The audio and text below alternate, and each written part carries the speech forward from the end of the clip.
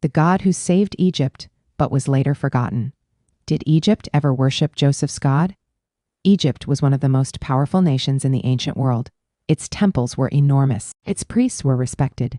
Its people worshipped many gods, gods connected to the sun, the Nile River, the harvest, fertility, life, and death. But then, one day, a Hebrew prisoner stood before Pharaoh with a message that none of Egypt's magicians or wise men could understand. Joseph did not carry a royal title. He did not arrive with an army. He did not belong to the priesthood of Egypt. He had been taken from his homeland, sold by his own brothers, falsely accused and forgotten in prison. Yet Joseph carried something greater than Egyptian power. He carried the wisdom of the one true God. And through Joseph, God would save the entire nation of Egypt from starvation. Pharaoh witnessed it. The Egyptians benefited from it. The surrounding nations heard about it. So here is the question. Did Egypt begin worshiping Joseph's God? Or did they accept his blessings, enjoy his provision, and then slowly forget the one who saved them? This is the story of the God who saved Egypt, but was later forgotten. The dream that terrified Pharaoh. One night, Pharaoh had a disturbing dream.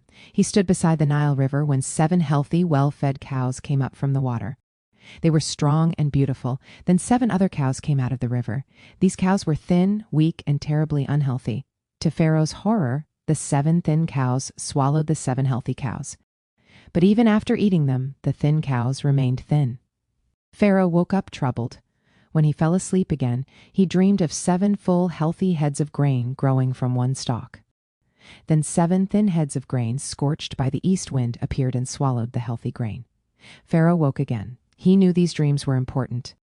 Something was being revealed to him, but he did not understand what it meant.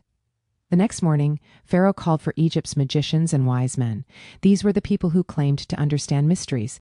They studied signs. They advised kings. They served within Egypt's religious system. But not one of them could explain Pharaoh's dreams. The most powerful ruler in Egypt had received a message that Egypt's wisest men could not interpret. Then Pharaoh's cupbearer remembered Joseph. Years earlier, while the cupbearer had been imprisoned, Joseph had correctly interpreted his dream. The cupbearer had promised to remember Joseph. But once he was restored to his position, he forgot him. Now, at the exact moment God had appointed, the cupbearer finally spoke Joseph's name. Pharaoh immediately sent for him. Joseph was brought out of the prison. He shaved, changed his clothing, and stood before the ruler of Egypt. Pharaoh said that he had heard Joseph could interpret dreams. Joseph could have used that moment to promote himself. He could have said, "Yes, Pharaoh, I have a special gift." He could have taken the glory. But Joseph answered with humility. He told Pharaoh that the ability did not come from him. God would give Pharaoh the answer. Before Joseph explained a single detail, he made sure Pharaoh understood where the answer was coming from. Not from Joseph, not from Egypt's magicians, not from Egypt's gods. The answer was coming from God. God revealed what was coming. Joseph explained that Pharaoh's 2 dreams carried one message. The 7 healthy cows and the 7 full heads of grain represented 7 years of great abundance. Egypt would experience 7 years of extraordinary harvests. The land would produce more than the people could imagine. But after those 7 years, 7 years of severe famine would come. The famine would be so terrible that the years of abundance would seem to disappear. The thin cows swallowing the healthy cows showed how completely the famine would consume the wealth of the land. Joseph then said something important. The dream had been given twice because the matter had been firmly decided by God, and God would soon bring it to pass. Joseph was not asking Pharaoh to believe in an uncertain possibility. He was declaring that the God of heaven had revealed the future. Then Joseph did more than interpret the dream. He presented a plan. Pharaoh should appoint a wise and discerning leader over the land. During the 7 years of abundance, Egypt should collect and store a portion of its grain. That grain would be preserved so the people would have food during the famine. Pharaoh listened carefully. He looked at Joseph, a Hebrew man who had entered the palace as a prisoner, and recognized something extraordinary in him. Pharaoh asked whether anyone else could be found like Joseph, a man in whom was the Spirit of God. Then Pharaoh placed Joseph in authority over Egypt. Only Pharaoh himself would be greater. In a single day, Joseph went from the prison to the palace. But Joseph's rise was not merely about personal success. God had positioned him to preserve lives. Egypt experienced the blessing of Joseph's God. For 7 years, Egypt's fields produced abundantly. Joseph traveled throughout the land, gathering and storing grain. There was so much that eventually they stopped keeping exact records of it. The grain was beyond measure. Then the years of abundance ended. The famine began exactly as God had revealed. Crops failed, food became scarce, hunger spread across the region. The famine did not affect only Egypt. People from surrounding nations traveled to Egypt because they had heard that grain was available there. Why was Egypt prepared when other nations were suffering? It was not because Egypt's magicians had predicted the famine. It was not because Pharaoh's priests had received a message from one of their gods. Egypt survived because the God of Joseph had revealed what was coming and had given wisdom about how to prepare. Every storehouse filled with grain was evidence of God's mercy. Every family that received food was benefiting from God's warning. Every child who survived the famine was living because God had chosen to reveal the future through Joseph.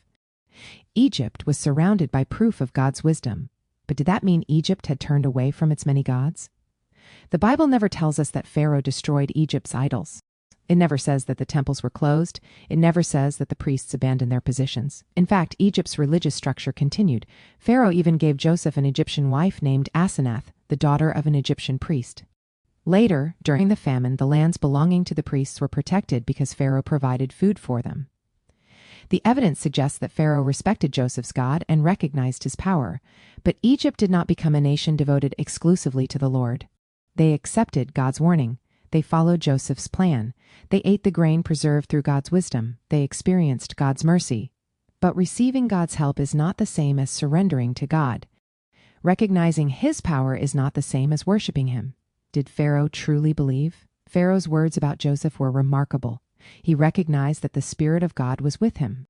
He trusted Joseph's wisdom. He placed Joseph in authority. He allowed Joseph to prepare Egypt for the coming disaster. But the Bible does not tell us that Pharaoh entered into a covenant with God. It does not say that Pharaoh declared the Lord to be the only true God. It does not say that all Egypt repented. Pharaoh may have viewed Joseph's God as powerful without understanding that he was the only true God. In the ancient world, many people believed that different nations had different gods. Pharaoh may have thought, Joseph's God is clearly powerful, so I will listen to Joseph. But there is a difference between adding God to a list of respected powers and giving God your entire heart. God does not ask to become one God among many. He alone is God. Egypt benefited from his revelation, but the nation's heart remained tied to its old religious system, and as time passed, something began to change. The man who saved Egypt was forgotten. Joseph lived for many years after the famine. He watched his family grow in the land of Egypt. Before he died, he reminded his brothers that Egypt was not their permanent home. He told them that God would one day visit them and bring them back to the land he had promised to Abraham, Isaac, and Jacob. Joseph died at the age of 110.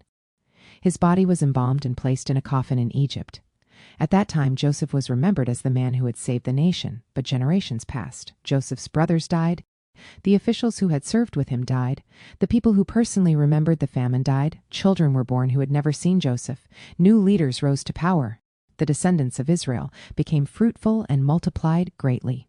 Eventually, Exodus tells us that a new king arose over Egypt who did not know Joseph. That does not necessarily mean Joseph's name had disappeared from every Egyptian record. It may mean the new king did not recognize Joseph's service, did not respect his legacy, or did not feel obligated to honor Joseph's people. Joseph had once been seen as Egypt's rescuer. Now his descendants were viewed as a threat. The new Pharaoh looked at the growing Israelite population and became afraid. He worried that if war came, the Israelites might join Egypt's enemies. Fear replaced gratitude. Suspicion replaced honor. Oppression replaced protection. The nation that had once welcomed Joseph's family now enslaved their children. Egypt had forgotten the man God used to save them. And when they forgot Joseph, they also forgot the testimony Joseph had given about his God. When people fail to pass down the truth. Imagine what may have happened over the generations. Perhaps the first generation told the story clearly. There was once a terrible famine, but Joseph's God warned us and saved our nation. The next generation may have shortened it. A wise man named Joseph helped Pharaoh prepare for a famine. Later generations may have changed it again. Egypt survived because Pharaoh was clever and our government stored grain. Eventually, God's role may have disappeared from the story completely. What God had done became what Egypt had accomplished. Divine mercy became national pride. The miracle became a political achievement. This is how forgetting often begins. People rarely wake up one morning and decide to erase God from their lives completely. Sometimes they simply stop telling the story. They stop teaching their children. They stop giving God the glory. They keep the blessings but remove the name of the blesser. They remember the grain but forget the God who revealed the famine. They remember the storehouses but forget the wisdom that came from heaven. They remember that Egypt survived but forget why. A very different Pharaoh. Many generations later, God called Moses to confront Pharaoh. Moses and Aaron stood before the ruler of Egypt and delivered God's command. "Let my people go." But this Pharaoh responded very differently from the Pharaoh Joseph had served. He asked, "Who is the Lord that I should obey his voice?" What a heartbreaking question. An earlier Pharaoh had heard God's warning and acted upon it. This Pharaoh heard God's command and rejected it. An earlier Pharaoh recognized God's wisdom in Joseph. This Pharaoh hardened his heart against God's messenger. An earlier Pharaoh elevated a Hebrew man because God's Spirit was with him. This Pharaoh enslaved the Hebrew people and refused to release them. How did Egypt move from saying, "Can we find anyone like this man in whom is the Spirit of God," to asking, "Who is the Lord?" The answer may be found in one terrible word: forgetfulness. They forgot Joseph. They forgot the famine. They forgot the warning. They forgot the provision. They forgot the God who had saved them. God confronted the gods of Egypt. Pharaoh believed he could resist the Lord. Egypt had its temples, priests, idols, and traditions.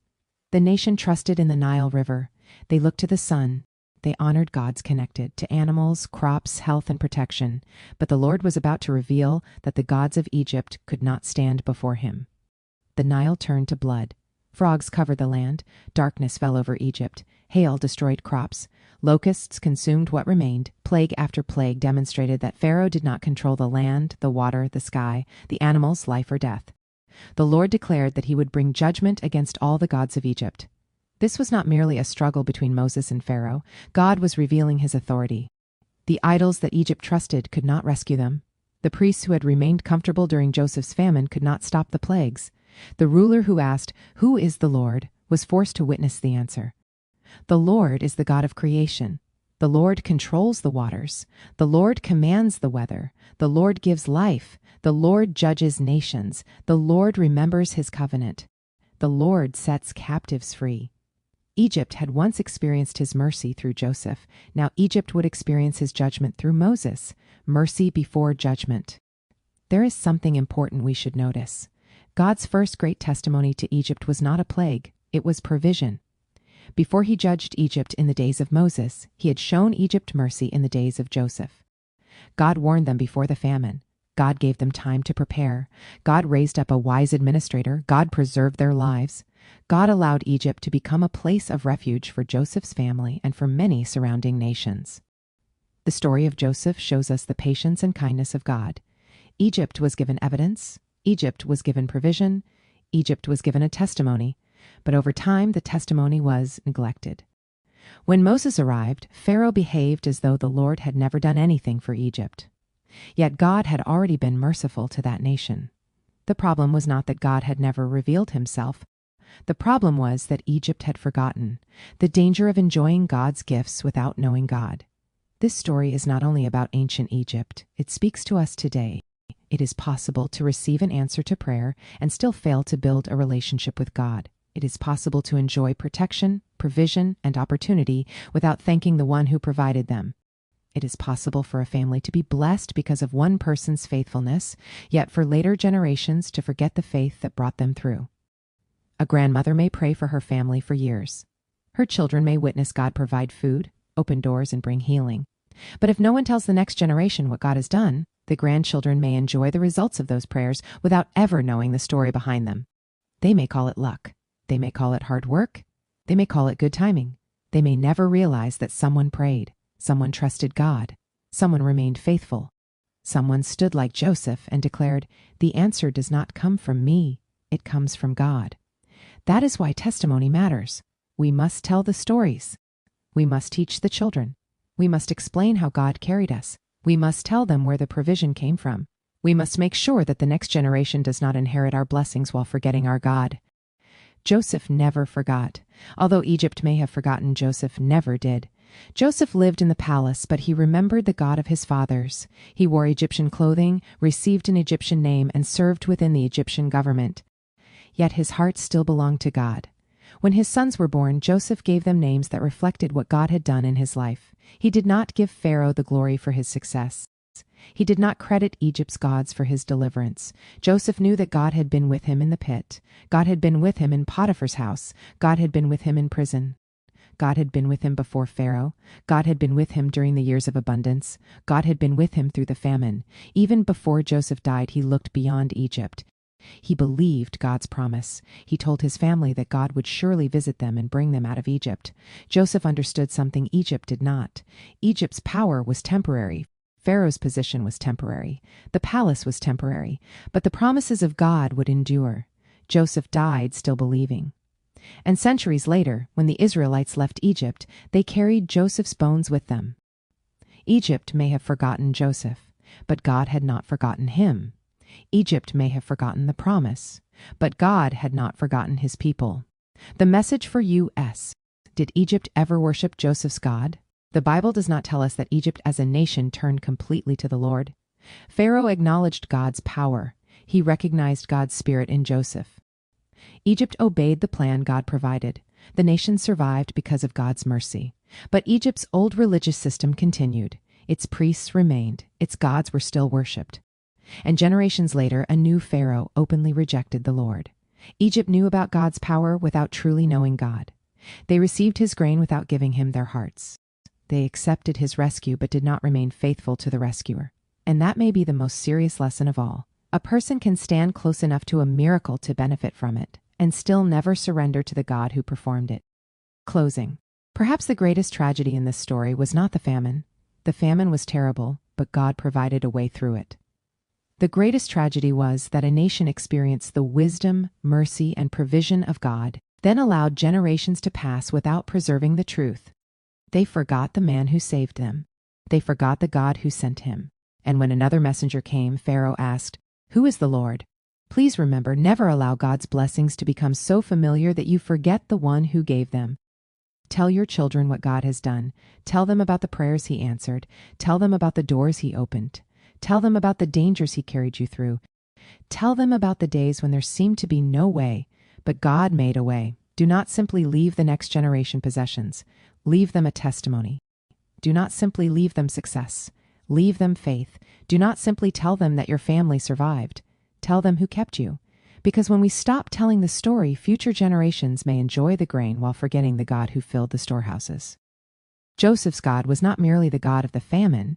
He was the God of the future. He was the God of the promise. He was the God who remembered his people even when Egypt forgot. And he is still the God who remembers today. Viewer question: what do you believe is the greatest lesson from this story? Was Egypt's greatest mistake refusing to surrender to God, or failing to teach the next generation what God had done? Share your thoughts in the comments. And please remember to like, subscribe, and share this story with someone who needs to be reminded. Never enjoy God's blessings and forget the God who provided them. This is Stories by Anna, where faith, hope, and life lessons come alive.